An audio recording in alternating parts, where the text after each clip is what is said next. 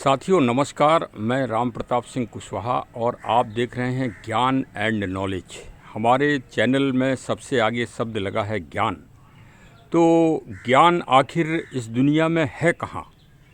कभी आपने इसमें मंथन किया कि ये ज्ञान जिसको अब अंग्रेजी में नॉलेज कहते हैं, ये दुनिया में है किस जगह?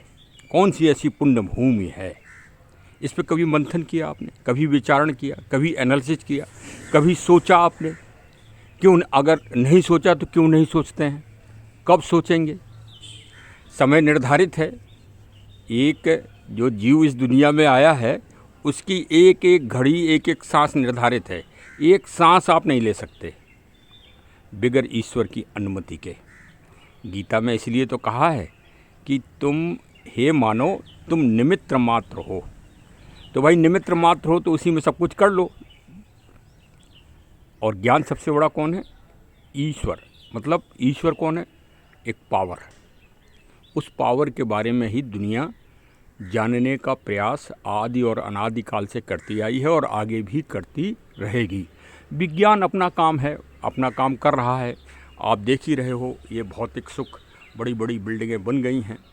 इन्हीं में कुछ प्रकृति के पेड़ पौधे भी खड़े हैं जो ईश्वर के अंश हैं। और बकाया जितनी ये बिल्डिंग्स आपको दिख रही हैं, ये सब कूड़ा है। हम भी एक बिल्डिंग में खड़े हैं तो वो भी कूड़ा है, लेकिन भौतिक जगत है इसलिए हम सब इकट्ठा करते रहते हैं। प्रश्न ये था कि ज्ञान कहाँ पर है दुनिया में? ज्ञान की भूमि कौन सी है और ज्ञान वहाँ पर क्यों है? अगर है तो वहाँ ज्ञान कैसे पहुँचा, कब पहुँचा, किसने पहुँचाया, कौन है पहुँचाने वाला? क्या ईश्वर है? तो ईश्वर का कौन सा स्वरूप है? ईश्वर के स्वरूप तो अलग अलग हैं। अरे जब हमारा शरीर तीन चीज़ों से चलता है, सत, रज और तम, तो फिर कैसे कह सकते हो आपकी एक संचालक है? एक संचालक तो हो ही नहीं सकता, क्योंकि बैटरी भी आज हम देखते हैं रोज़ इन्वर्टर में लग रही है, रोज़ सब चीज़ में लग रही है। उसमें भी दो चीज़ें हैं। बैंक में भी दो चाबियों से ही ताला खुलता है लॉकर का। भाई ये तो गूढ़ विषय हो गया, गहन विषय हो गया। तो चलिए हम आपको ज्ञान भूमि बताते हैं और ज्ञान कहाँ पर स्थापित है ये भी आपको बताते हैं, लेकिन संक्षिप्त में बताएंगे। इसका फिर बड़ा ब्लॉक आपको सुनना ही पड़ेगा। हाँ, कुछ अटपटी आपको चीज़ें लग रही होंगी, लेकिन नहीं, आप यथार्थ और सत्य को समझिए कि सब चीज़ दुनिया में है तो ज्ञान भी कहीं ना कहीं होगा। तो ज्ञान वो कहाँ है? चलिए हम आपको ले चलते हैं। ज्ञान है काशी भूमि में। काशी जो गंगा जी के किनारे स्थित है और गंगा जी का वहाँ टर्न है, यानी एक जोग्राफिकल पोजीशन भी है कि गंगा जी बदल जाती हैं वहाँ। अच्छा, और कौन स्थापित है वहाँ? वहाँ विश्व के जगत, विश्वनाथ, विश्व के नाथ स्थापित है। अब आप कहो कि भाई इससे और ज्ञान का क्या मतलब है? तो आपको हम बता रहे हैं कि त्रिपुरासुर एक राक्षस था जो आज भी है, वर्तमान समय में है। ये एक विचारक ने हमको बताया है कि त्रिपुरासुर मौजूद है। हम और आप देख नहीं पाते, लेकिन त्रिपुरासुर मौजूद है और बड़ी विहंगम चर्चा है। और देखिए, काशी वो नगरी है जहाँ के ऋषि कणादि ऋषि ने भगवान राम की परीक्षा ली और राम से पूछा कि आप इस दुनिया में आए किस लिए हो? तो उन्होंने कहा हम राक्षसों का विनाश करने के लिए आए हैं। तो बोले राक्षस भी आपकी लीला है और धर्म भी आपकी लीला है और अधर्म भी आपकी लीला है। इसके लिए आपको सुनना पड़ेगा श्री जड़ भरत जी, चैतन्य हमारे संत हैं, हमारे गुरु रूप में हैं, उनसे आप वार्ता सुनिए थोड़ी सी। अच्छा, और ये सनातन लोग बाग नकल बहुत कर रहे हैं। सनातन की आज पूरी दुनिया नकल कर रही है, पूरी दुनिया, चाहे कोई धर्म हो चाहे कोई पंथ हो। क्यों? क्योंकि भाई मूल की ही तो नकल करोगे आप ना। जो अमूल है उसकी नकल कौन करेगा? जो मूल होता है उसकी नकल की जाती है कि हाँ हमको भी ऐसा बनना है। वही बन रहे हैं लोग। चलो बनो, अच्छी बात है। अच्छा, अब सनातन एक वैसी व्यवस्था है जिसमें समानता और स्वतंत्रता तथा अभिव्यक्ति की पूरी आज़ादी रही है। आज भी है, आज भी आप भगवान जी को कुछ भी कह दीजिए, लोग बाग कह ही देते हैं। हमारे वामपंथी, हमारे समीक्षात्मक कुछ भी कह देते हैं। अरे कईयों ने तो मतलब नर्तकी के रूप में हमारी माता जी को भी बना दिया, बड़ा विरोध हुआ, भाग गए देश छोड़ के, वो तो अलग बात है और होना भी चाहिए। और भाई आस्था और विश्वास है हमारा, आपका विश्वास किसी में होगा, हमें भाई जिसमें आपका विश्वास है आप उसमें अपना समर्पित होइए। तो सनातन एक ऐसी अवस्था है जहाँ कणादि ऋषि ने जो कण से बने हैं, कण से, हाँ, और उन्होंने परीक्षा किसकी ली? प्रभु राम की। अब राम ब्रह्म के अवतार हैं, ब्रह्म है स्वयं, अवतार नहीं, राम अवतार नहीं है, राम स्वयं ब्रह्म है। अब इस पर चर्चा होगी तो हम बताएंगे। एक मुस्लिम स्कॉलर साहब हैं, उन्होंने इस बात को कहा कि हम उस ब्रह्म को पूछते हैं, मतलब अल्लाह जी को हम पूछते हैं जिसको मनु ने पूजा, और हमारे कोई भी महान भाव उनका आज तक जवाब नहीं दे पाए। भाई हमारे पूज्य शंकराचार्य जी को जवाब देना चाहिए, हमारे कोई जगत गुरु हैं, जवाब देना चाहिए। ऐसा थोड़ी है कि किसी स्कॉलर ने अगर कोई बात कही है और उसका भाव है तो उसने कहा, उसको स्वतंत्रता है उसको कहने की, वो कहेगा। कोई भी धर्म का व्यक्ति हो, चाहे वो क्रिश्चियन हो, चाहे सिख हो, चाहे ईसाई हो, और चाहे मुस्लिम भाई हों, कोई भी हो, उसको अभिव्यक्ति है, ये प्राकृतिक है। संविधान तो एक बहुत छोटी गौड़ चीज़ है। संविधान तो 2004 संविधान है दुनिया में, हर देश का संविधान है तो, लेकिन एक प्राकृतिक संविधान भी है दुनिया का जो एकदम नेचुरल है, यूनिवर्सल है। हाँ, तो कणादि ऋषि ने भगवान राम से ये कहा कि तुम राक्षसों को मार नहीं पाओगे, भ्रम मत फैलाओ, वही तुम्हारे धर्म भी तुम्हारी माया है और अधर्म भी तुम्हारी माया है। मतलब जो अच्छे पुरुष हैं वो भी आपके हैं और जो बुरे दानव हैं वो भी आपके हैं, तो आप किन्हें मारोगे? क्यों भ्रम फैला रहे हो? ऐसे ऋषि हैं हमारे भारत में, हमारे सनातन में, जो ईश्वर को भी चुनौती देते हैं। और हम तो भाई देखते हैं कि एक किसी संत और महामानव के विरुद्ध अगर कोई बोल दे तो पूरा देश जल जाता है। हाँ, खैर, और एक बात और सुनिए आगे। इन्हीं जो संत जी हैं, यही भाई देखिए बड़े भाई देव दीपावली बनी है आखिर काशी में। तो देव दीपावली किस बात की प्रतीक है? ज्ञान की प्रतीक है।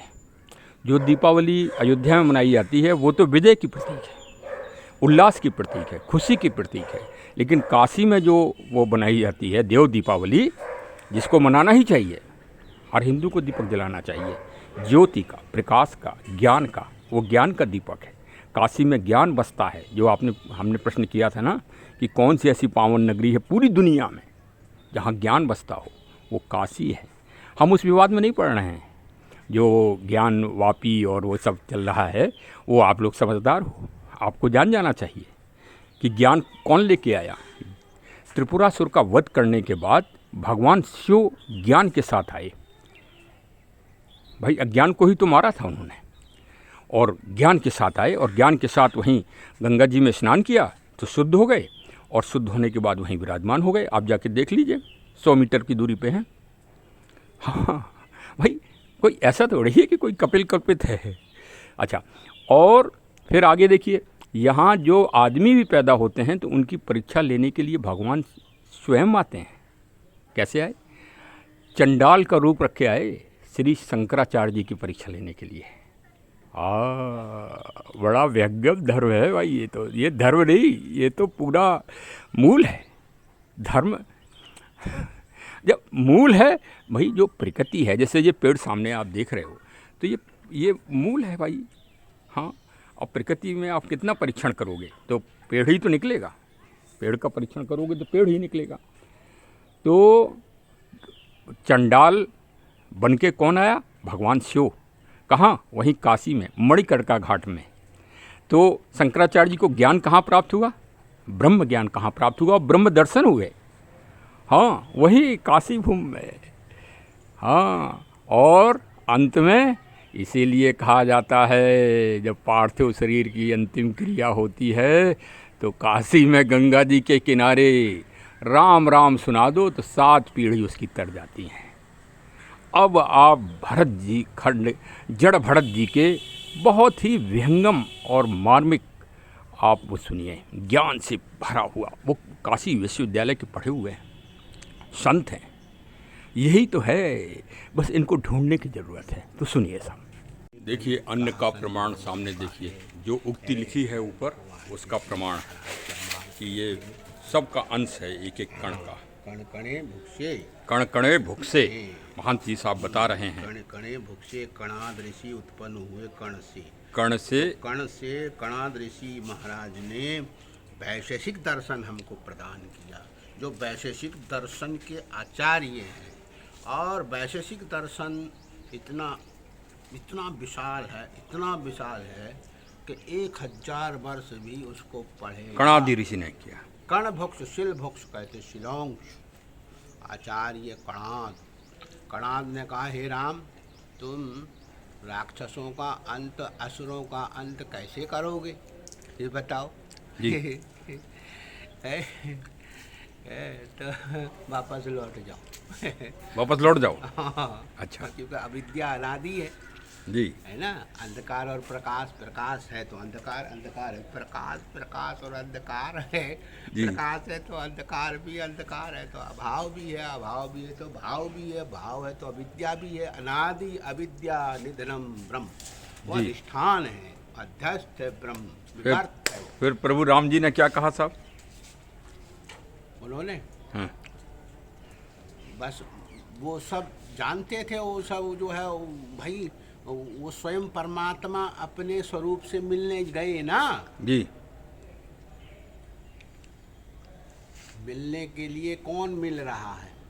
परमात्मा ही परमात्मा से मिल रहा है। तो बस इतनी सी बात बुद्धि में बैठ जाए, इतनी सी, परमात्मा प्रकट है, उसके पास है, उसको कहीं जाने की जरूरत नहीं है।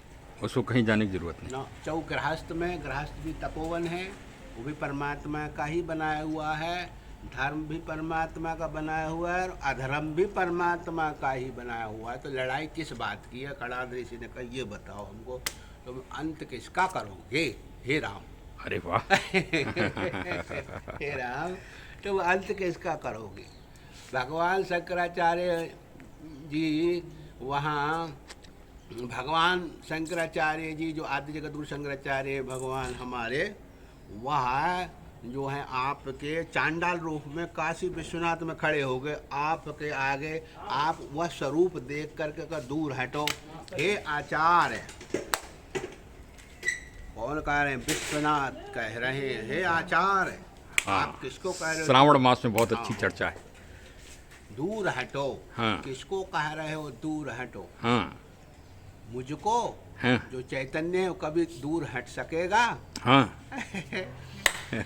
5 श्लोकों में आदि गुरु शंकराचार्य भगवान ने उनका वर्णन किया, वही चतुर्भुज रूप में दिखला दिया, मणिकर्ण में, वही बनारस काशी। हाँ, एकदम से बस गदगद हो गए, बोले आगे कार्य करिए। वही ब्रह्मसूत्र भाष्य कर रहे बाबा, ब्रह्मसूत्र भाष्य वहीं से निकला, उसी प्रसंग से। नहीं, वो प्रसंग तो बहुत लंबा है, लेकिन आचार्य ने जो ब्रह्मसूत्र के ऊपर जो भाष्य किया है, शारीरिक भाष्य जो किया है, वो कोई आचार्य कर नहीं पाया। अद्वैत मत का जो निदान जो है उन्होंने किया भेदवादियों के बीच में बैठ करके, कि अभेद ही परमात्मा है, अभिनिमित्तोपादान कारण मृत्तिका है, अंतःकरण अवचिन चैतन्य परमात्मा है। अरे भाई, हम सत्कार्यवादी दोनों ही हैं, मिट्टी भी सत है और उसको बनाने वाला भी सत है।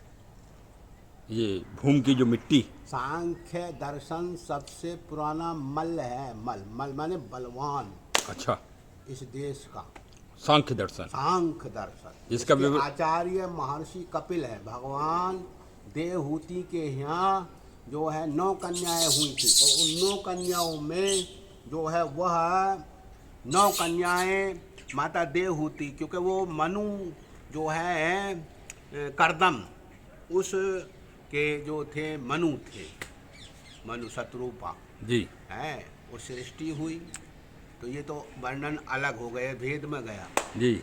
हम कह रहे हैं अभेद जी। ये जो अभिघाताते सूत्र है, इससे निदान नहीं हुआ है। तो सांख्यवाद को आचार्य ने कहा कि सुनो, आचार्य बोले कि अभी एक सांख्यवादी माने भेदवादी, जो भेदवादी है उससे निदान नहीं हो रहा है उस ब्रह्म का। बोले किससे होगा? बोले दूध से दही। बोले तुम परिणामवादी हो, दूध से दही तुम बना रहे हो, हैं? तुम रस्सी से शराब बना के दिखलाओ।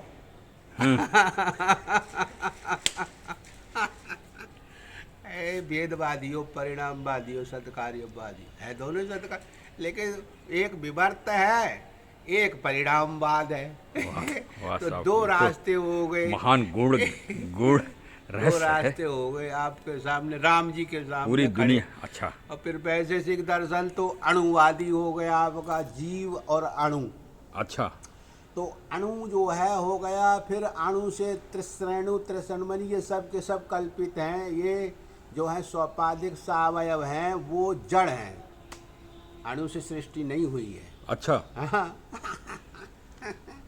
अभी आचार्य कोटि में आप बैठे नहीं, दर्शन आपने सुने नहीं, तो आप कैसे आचार्य होगे? हम नहीं मान सकते।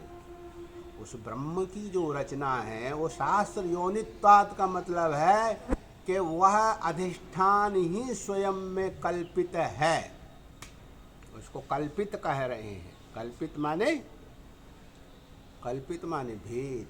अच्छा, वही ब्रह्म जो राजा दशरथ के घर में प्रकट हुआ और आपके घर में भी प्रकट है। एक तो ये पुरी है, एक बाहर की पुरी है। ये तो अज्ञान की पुरी हो गई। श्री राम लला जी की मूर्ति का जो विग्रह है वो 5 एक सुनो, अभी आप समाधान की ओर मत जाइए। अच्छा, शास्त्रार्थ चला है आदि जगत शंकराचार्य भगवान का जी। ये झूसी नाम कम पड़ा पता। ये मंडल मिश्र हुए आचार्य, मंडल में प्रभात तो प्रभाकर गुरु और तुम्हारे ये गुरु मत जी। तो उस समय धरती पे बौद्धों का साम्राज्य था यहाँ जी। तो वो क्या कहते थे, धर्मम गच्छामि, हाँ, बुद्धम, धर्मम बुद्धम शरणम गच्छामि। अरे मेरे बेवकूफ़ हो, है उन्होंने यज्ञ करना माँ हिंसी। तो भगवान शंकर ने कहा भाई अब मेरा अवतार होगा। तो दक्षिण भारत में उनके संतान नहीं थी और वो जटिल उपासक भगवान शंकर के थे। तो दोनों माता पिता शंकर जी की पूजा करके वहीं खटोला पे दोनों पति पत्नी सोते थे और मन ही मन शंकर जी से बात किया करते थे, भाई हमको कोई संतान। आपने जड़ भरत जी को सुना? सुनाते सुनाते वो कितने आनंद में भर गए, जैसे साक्षात। अच्छा, और जो आपने देखा हो ना, बानर उनके बगल में थे, वो उनको जो खाने को दिया जाता है ना, वो सब बानरों को डाल देते हैं और ये कहते हैं कि ये जो हमें मिला था ये इसमें इनका भी अंश है। ऐसी भावना है यहाँ के संतों की। हाँ, यहाँ ये नहीं है कि नहीं, जब आप हमारा धर्म को अपनाओ, हमारे मजहब को अपनाओ, तभी आप हमारे लिए आदर्श होगे। ऐसा नहीं है। सनातन को समझने की आवश्यकता है और ज्ञान को समझने की आवश्यकता है। ज्ञान का मुंह कुचला गया, जैसे काले सांप का मुंह कुचला जाता है ना कि पुनः जिंदा ना हो जाए, उसी तरह से मतलब आज से 400-500 साल पहले से आक्रमणकारियों ने ज्ञान का मुंह कुचल दिया। अब ये ज्ञान का मुंह अब खुला है। किससे? किसी ने खोला नहीं, संसाधन हुए हैं, इसी से खुला है ये सोशल। इससे जैसे आप हमारे बयान, हमारे मत को सुनोगे, हमारे विचार को सुनोगे, पहले कहाँ सुन सकते थे आप? क्योंकि जैसे फिल्म जगत कब्जे में हो गई, ऐसी तरह से पत्रकारिता भी कब्जे में हो गई थी। अभी 2 दिन पहले पत्रकार दिवस था। मैं पत्रकारों जी को आगाह कर रहा हूँ कि हे पत्रकार बंधुओं, आप ईश्वर के प्रतिनिधि हो, आप गलत काम मत किया करो। कई पत्रकार तो एजेंडा चलाए किन्हीं विशेष पार्टियों को जिताने के लिए। ऐसा धृष्टता काम मत करिए, आप नरक में जाओगे। हाँ, नारद जी भी नहीं बचे। भगवान ने नारद का अहंकार भी नहीं छोड़ा, क्योंकि नारद जी सबसे बड़े दुनिया के पत्रकार थे। आपको मालूम नहीं होगा, आप पत्रकार तो बन गए, लेकिन पत्रकारिता की शुरुआत किस देश में हुई? मैं तो ये कहता हूँ भारत सरकार को कि कम से कम आप दुनिया सब अभी विश्व दयालुता दिवस था। बताइए, हमारे इधर तथागत बुद्ध, हम लोग आपस में लड़ जाते हैं। हमारे कुछ भाई लोग कहते हैं नहीं बुद्ध जी पे तो हमारे ही कब्जा है, तुम कैसे नाम ले रहे हो बुद्ध जी का। बताइए, इतनी तक संकीर्णता आ गई हैं, और लड़ रहे हैं। और दयालुता दिवस दुनिया विदेश घोषित कर रहा है। हमारे बुद्ध जी एक तरफ रह गए, महावीर जैन जी एक तरफ रह गए, गुरु नानक जी एक तरफ रह गए। क्यों? हम आपस में लड़े जा रहे हैं, एक ही नहीं। अब तो भाई हाँ, और ये सब भीतरघात हो रहा है, षड्यंत्र हो रहा है, इसको समझना पड़ेगा। इसको समझ के मूल से जुड़ो, मूल से। और हम तो ये कह रहे हैं कि जो विरोधी विचारधारा के हैं उनके पास काशी में ही सबसे बड़ा ज्ञान भरा है।